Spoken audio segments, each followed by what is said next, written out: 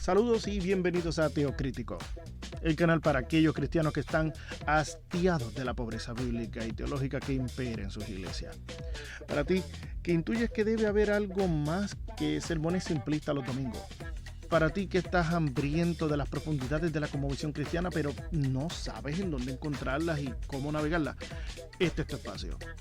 Aquí no venimos a repetir lo mismo de siempre, sino a analizarlo, cuestionarlo y, ¿por qué no?, a incomodar un poco a dos o tres en honor a la verdad.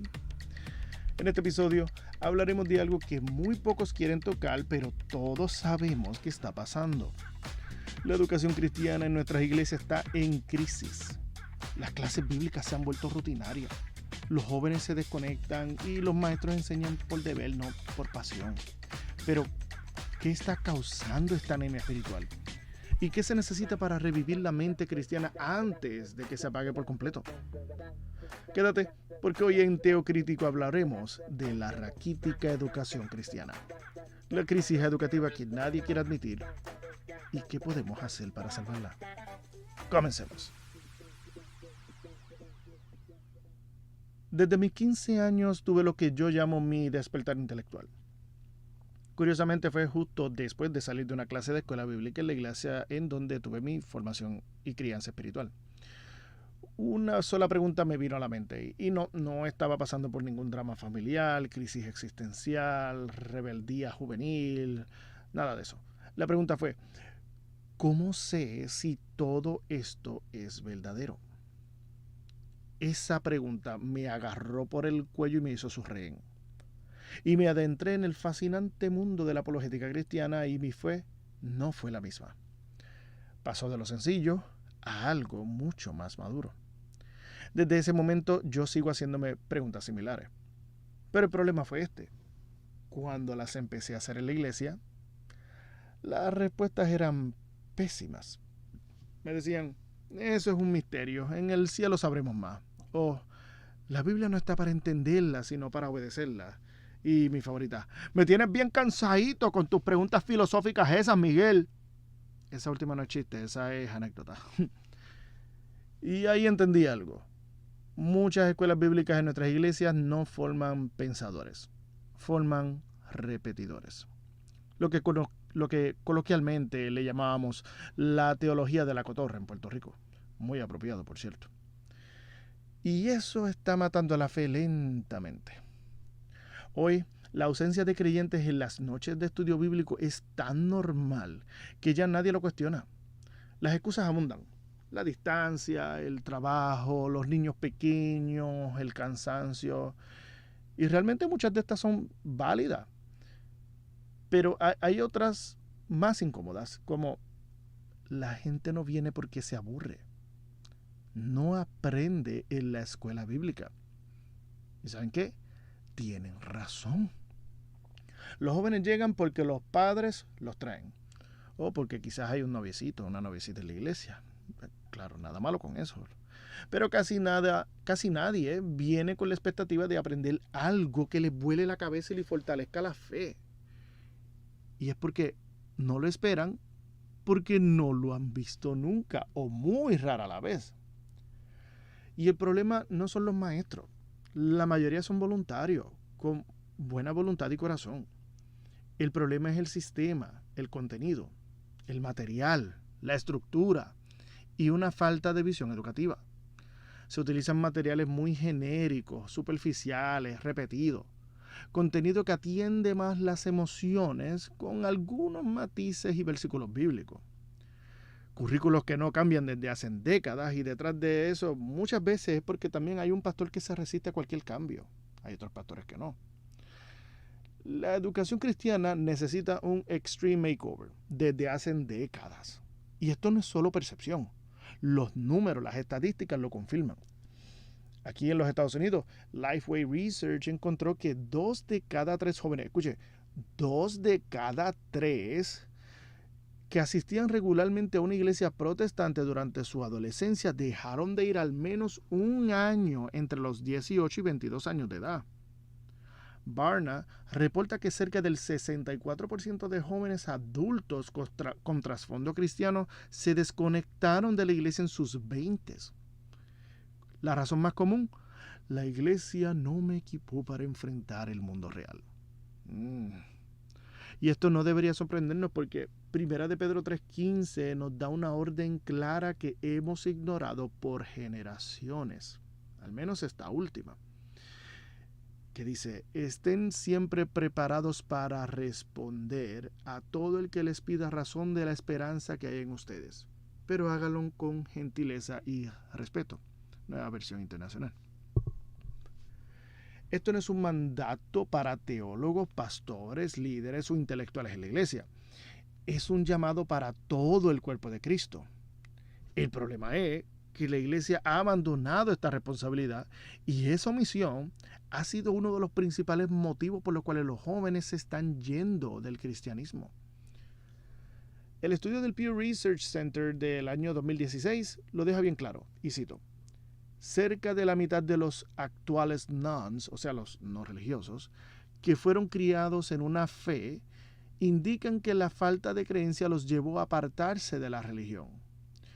Muchos mencionan la ciencia como la razón por la cual no creen en las enseñanzas religiosas, como uno que dijo: ahora soy científico y no creo en los milagros.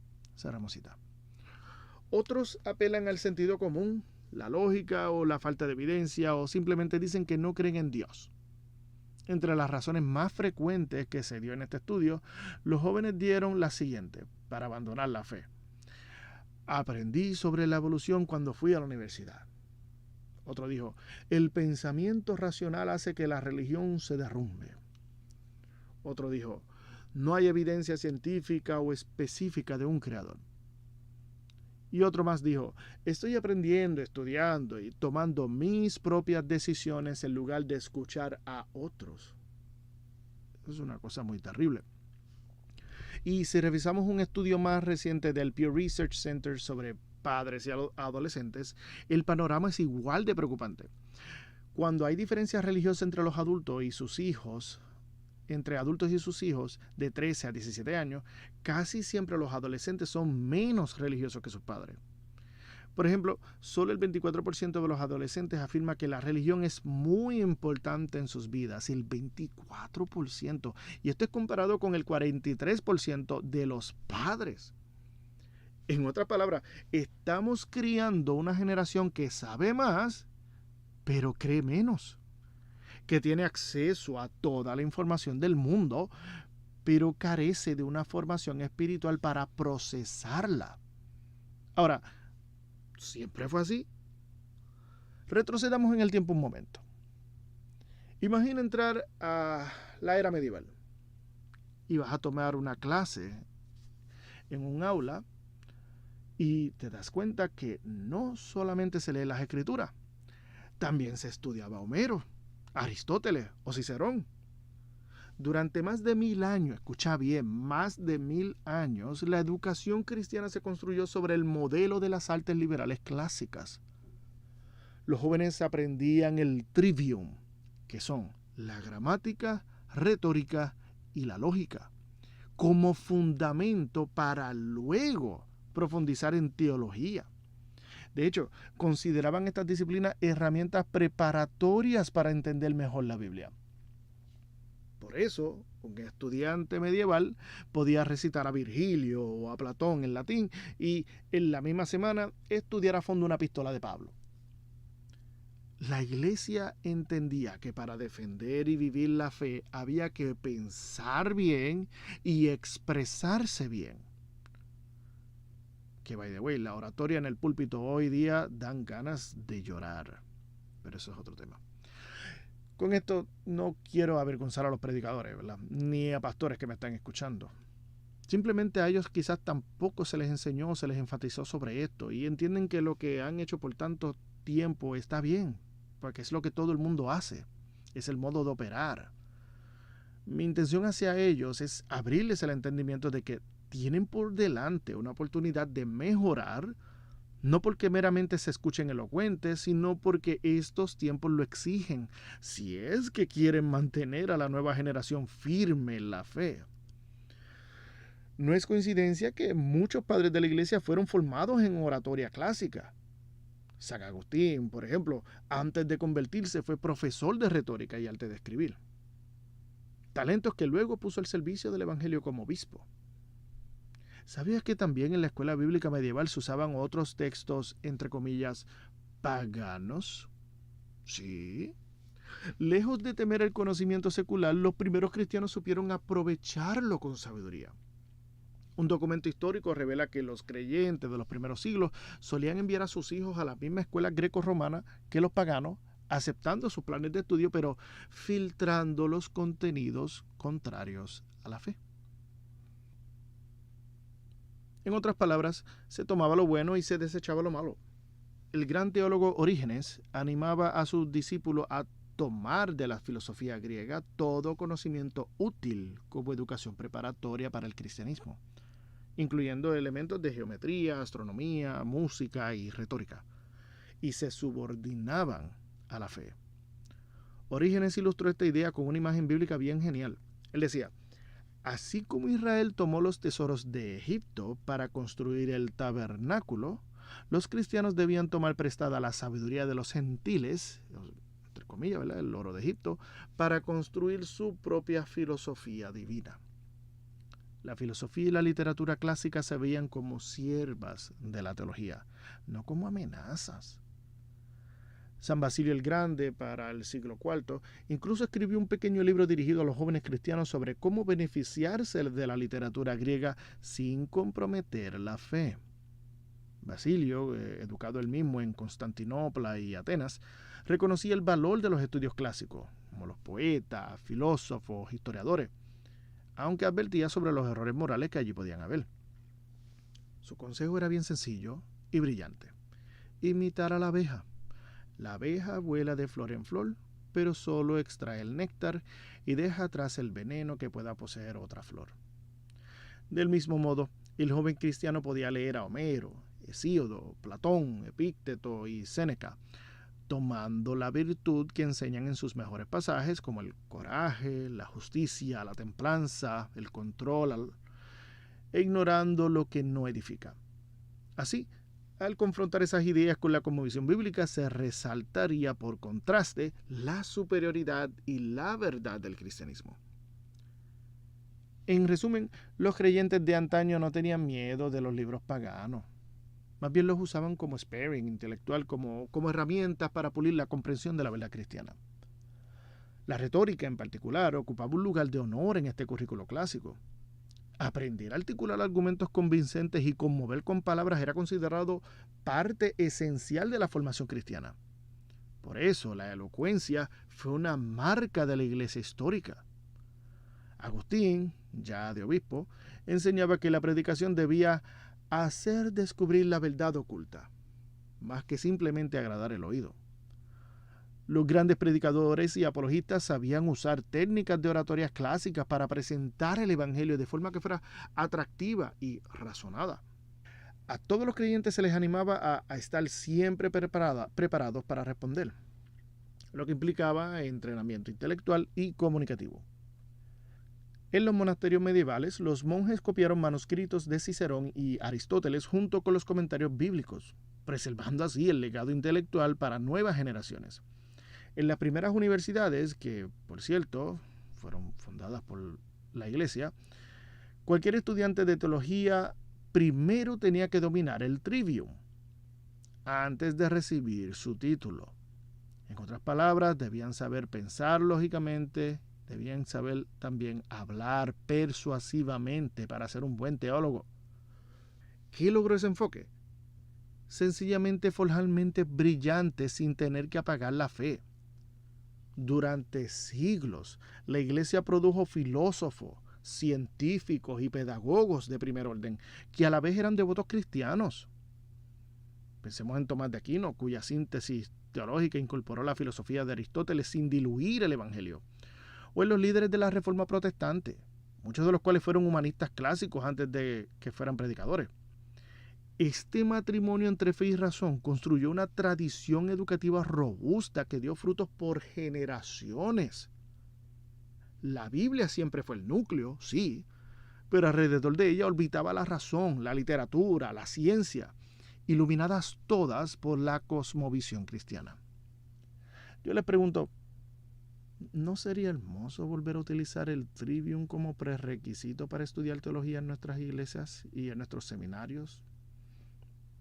Sería algo hermoso, de verdad. En Latinoamérica, el movimiento pentecostal tuvo un crecimiento exponencial, con más de 75 millones de creyentes, pero también con una alarmante carencia educativa. De hecho, era incluso un corito bien sonado en aquel entonces en Puerto Rico, que decía, en el año 16 llegaron los pentecostales, en el año 16 llegaron los pentecostales, al de arriba, al de abajo, predicando la palabra, al de arriba, al de abajo, predicando la palabra. No leían muchos libros, pero había poder de Dios. No leía muchos libros, pero había poder de Dios. Poder, poder, poder de Dios, poder, poder, poder de Dios. Y ahí entonces te saltabas una par de lenguas para que estuviera bien sazonado el coro. En el año 16 hacía esa alusión al 1916, cuando los primeros pentecostales llegaron a Puerto Rico. Como en muchos lugares pobres, el evangelio se propagó gracias al mensaje simple del Cristo crucificado, acompañado de señales, milagros, y era una comunidad vibrante. Y eso fue muy lindo. Pero hoy, un siglo después, estamos en otra etapa. La asequibilidad de buena información teológica y bíblica está literalmente en la palma de la mano y, sin embargo, no se aprovecha. Quédate escuchando Teocrítico, porque después de la pausa te contaré por qué este acceso sin aprovechamiento es parte de la raíz del problema. ¿Cuáles son las 3 reacciones más comunes que produce en quienes intentan aprovecharlo? Y los 4 elementos de importancia que hacen que los estudiantes pidan más.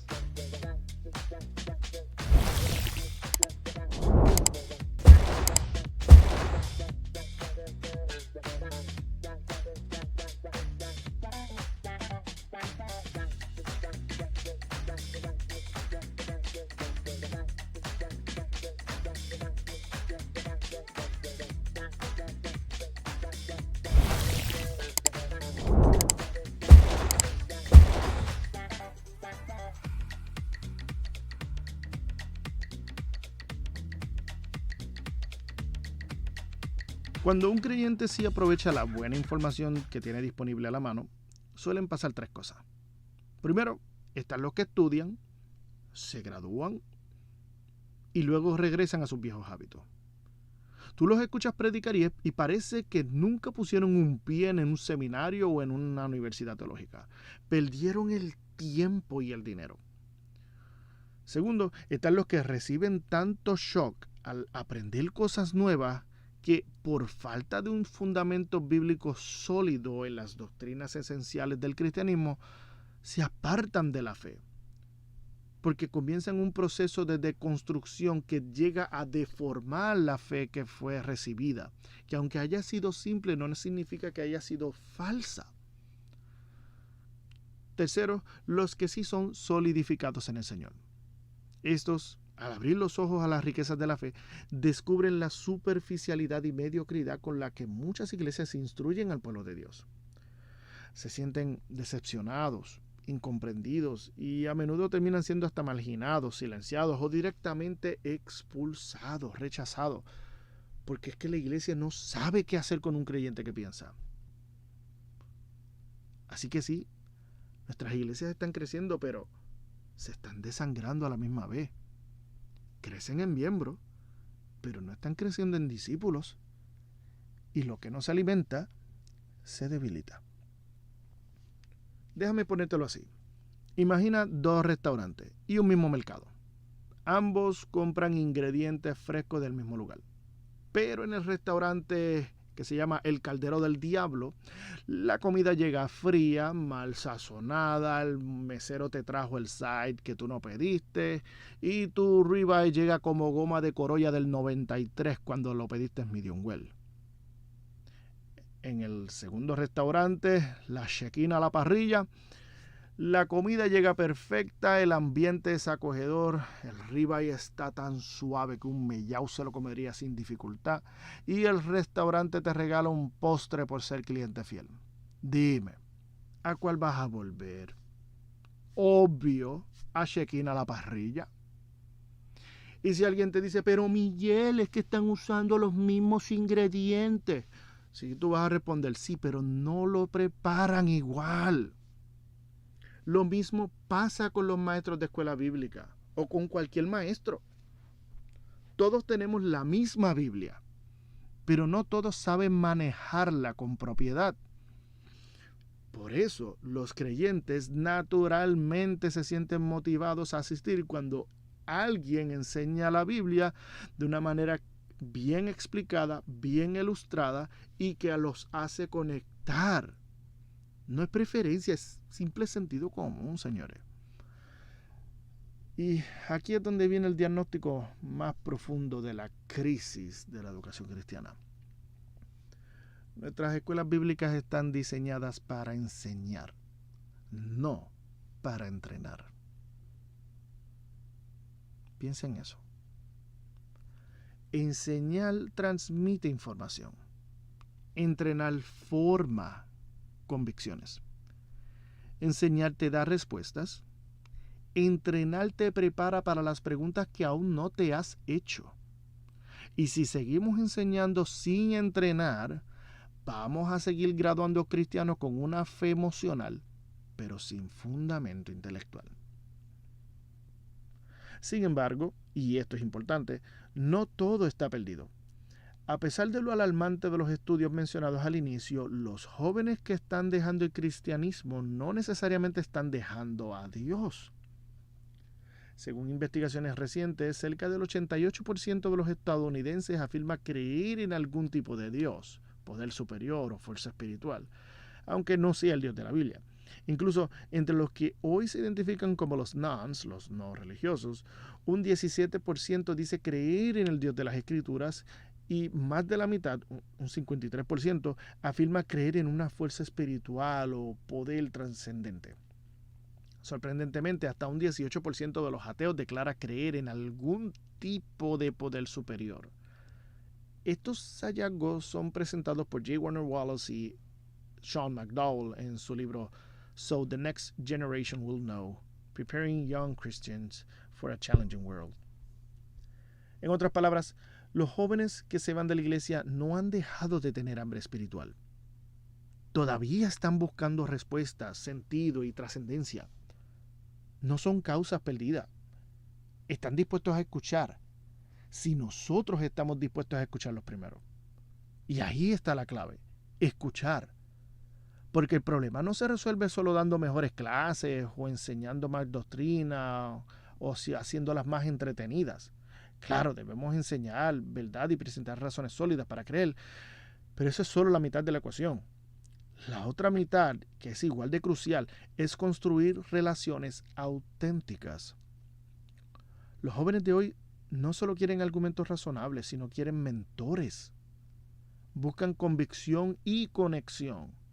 Y cuando una iglesia combina ambas cosas, razón y relación, mente y corazón, entonces empieza a formarse discípulos completos, que sean pensantes, empáticos y firmes en su fe. Quiero hablarte ahora sobre los 4 elementos que hacen que la lección sea tan interesante, tan intrigante, que hará que los estudiantes, independientemente de si son jóvenes, adultos o niños, quieran más. Número 1. El interés. Si la lección no despierta curiosidad, el contenido se muere en la superficie, en los primeros 5 a 10 segundos de comenzar la lección. Jesús mismo usó historias, preguntas provocadoras y una paradoja para mantener viva la atención de su audiencia. No comenzó con teología sistemática, sino con frases que obligaban a pensar, como ¿quién dicen ustedes que yo soy?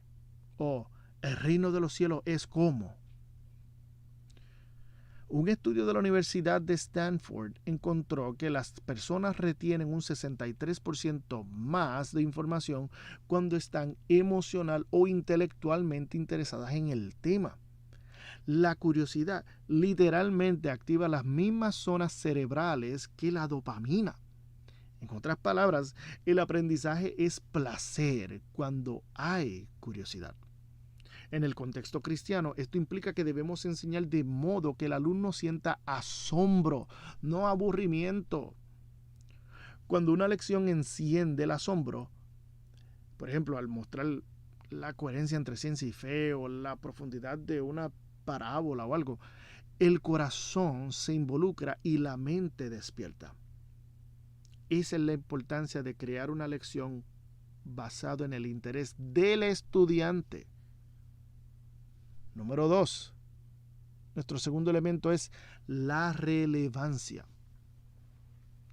La relevancia es lo que conecta el texto con el tiempo presente. Muchos creyentes se desconectan porque no logran ver cómo el pasaje del día aplica a su vida cotidiana.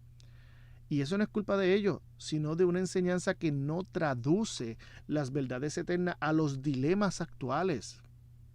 Una encuesta de Barna Group del 2023 reveló que más del 70% de los cristianos jóvenes que abandonaron la iglesia dijeron que la fe que les enseñaron no se relacionaba con la realidad que vivían.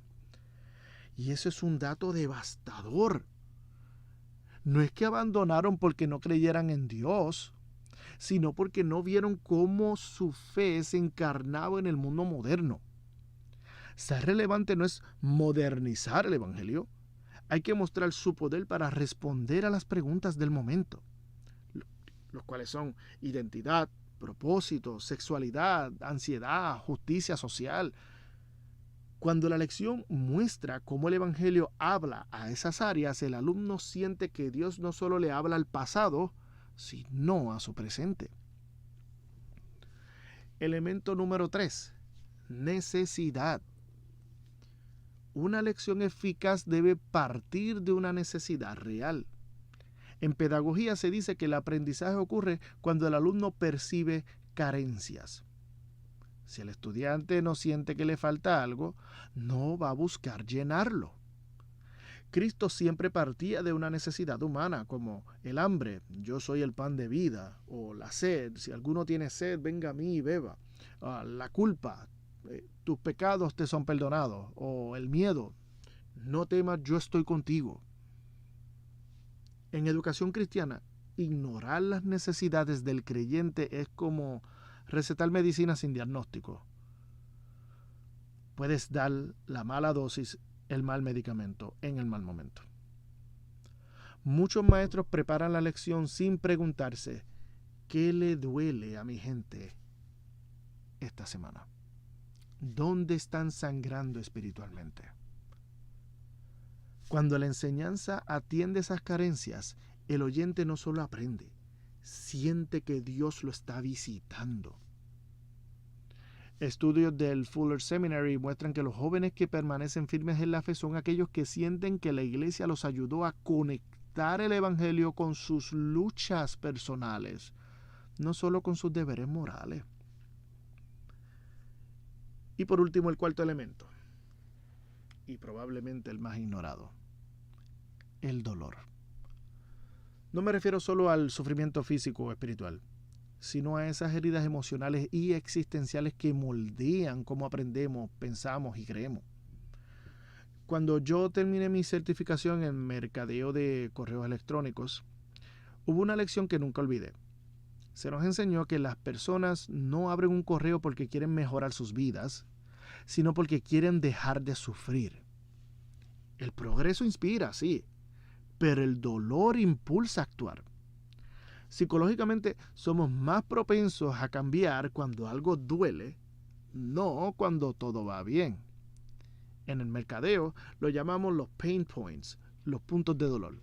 La idea es bien simple. Si entiendes que duele en tu audiencia, puedes ofrecerle alivio.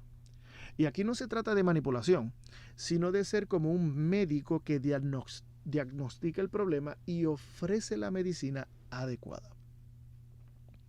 Los expertos en persuasión como Drew Eric Whitman enseñan que todo ser humano en el fondo busca satisfacer 8 deseos fundamentales: vivir, comer, cuidar a los suyos, ser libre, tener comodidad, disfrutar compañía, obtener reconocimiento y aprobación. Pero detrás de cada deseo hay un dolor: miedo a perder la vida, hambre, soledad, esclavitud, carencia, aislamiento, insignificancia o rechazo. Y cuando enseñamos la palabra sin tocar esos dolores, esos puntos de dolor, estamos predicando al intelecto pero no al alma. El buen maestro sabe identificar los dolores invisibles de su clase. El estudiante decepcionado con la iglesia, la madre agotada, el hombre frustrado, el anciano que siente que ya no importa. Cada uno carga una herida distinta. Y si la enseñanza no los alcanza, la verdad no los transforma. Por eso, una buena lección no solo debería informar y entretener, sino que también sanar. Cuando un maestro se atreve a hacer lo mismo, o sea, a conectar la verdad bíblica con el sufrimiento humano, su enseñanza deja de ser un discurso y se convierte en un ministerio. Una enseñanza verdaderamente transformadora toma uno o varios de estos 4 elementos. Despierta interés, conecta con la relevancia de la vida del estudiante, responde a sus necesidades reales y toca el dolor profundo. Cuando eso ocurre, la clase deja de ser una hora de información religiosa y se convierte en un encuentro donde el espíritu y la mente trabajan juntos para producir una fe viva. Pero de nuevo, esta fe viva no solo debe vivir en el templo o en la vida privada, debe vivir en el mundo exterior. Porque de nada sirve conocer la verdad si no tiene un campo de batalla donde se ejerza. El libro que mencioné hace un rato, So the Next Generation Will Know, de Sean McDowell y J. Warner Wallace, ofrece un llamado urgente a pastores, maestros y líderes eclesiales. No basta con que los jóvenes aprendan a defender la fe, deben salir a ejercitarla. Eso implica mucho más que memorizar argumentos. Puede significar, por ejemplo, organizar un viaje misionero no solo fuera del país a predicar el evangelio, que es muy bueno que es y que se sigue haciendo, pero sino también hacia contextos donde la fe enfrenta oposición intelectual, como por ejemplo en Utah, que es un estado lleno de comunidades mormonas. O levantar una carpa de diálogo en una universidad al estilo de Charlie Kirk. O incluso asistir a un debate formal entre un cristiano y un ateo y luego reunirse para dialogar, procesar y discutir lo que se aprendió de ese diálogo. McDowell y Wallace explican que este proceso integra 3 ejes: teología, que es enseñar lo que es verdad; apologética, que es mostrar por qué es verdad; y comportamiento, demostrar cómo esa verdad transforma la vida. Cuando el conocimiento se pone a prueba en el mundo real, deja de ser teoría y se convierte en experiencia. El joven que defiende su fe, que escucha objeciones, que enfrenta el reto intelectual, ya no cree porque se lo dijeron, cree porque lo comprobó. Por eso, el objetivo de la educación cristiana no debería ser graduar alumnos, sino enviar discípulos al campo de batalla de las ideas. Y ese campo no está allá afuera solamente, está en las universidades, en las redes sociales, en YouTube, en las conversaciones diarias con compañeros, colegas o familiares. Así que salgamos y hagamos discípulos pensantes. Gracias por escuchar este episodio de Teocrítico. Si este contenido te retó o te hizo pensar, compártelo con otro maestro, pastor o creyente que ame la palabra y quiera verla enseñada con excelencia. Y recuerda, una fe que no piensa es una fe que no merece ser vivida. Nos vemos en el próximo episodio.